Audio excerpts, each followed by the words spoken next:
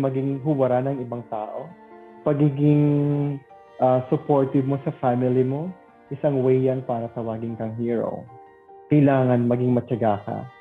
Kailangan meron kang goal sa buhay mo na kahit anong hirap na dinaranas natin, na sinasabing hindi mo na kaya, kailangan mong kayanin kung talagang meron kang minimiti sa buhay mo na maabot.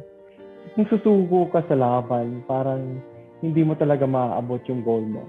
Kasi ako, sa sarili ko, kung tumigil ako, sumuko ako, na nakita ko yung hirap ng buhay, na dumi-dumi ko, nagtrabaho ako sa putik, lahat.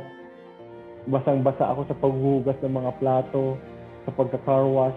Siguro kung hindi ko tiningnan na may pamilyang umaasa sa akin, siguro walang nangyari sa buhay ko.